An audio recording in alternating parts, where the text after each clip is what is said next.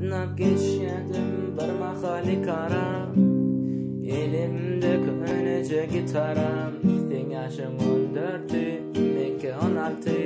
O mahal ömrümüzün fücü vakti. Mektepten sorulun bilen senin gelişin, İçine faylana dedin senin buluşun.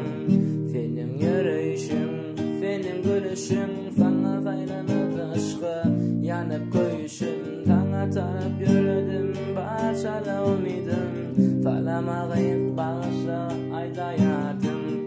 Senem aytmadım, benim gaytmadım, sordum gaytadım, başını sayıkladım. Yuvuşadan adım bilim, nerede yaşayanım, komşularıma bilinim, neredeyin karşılarım.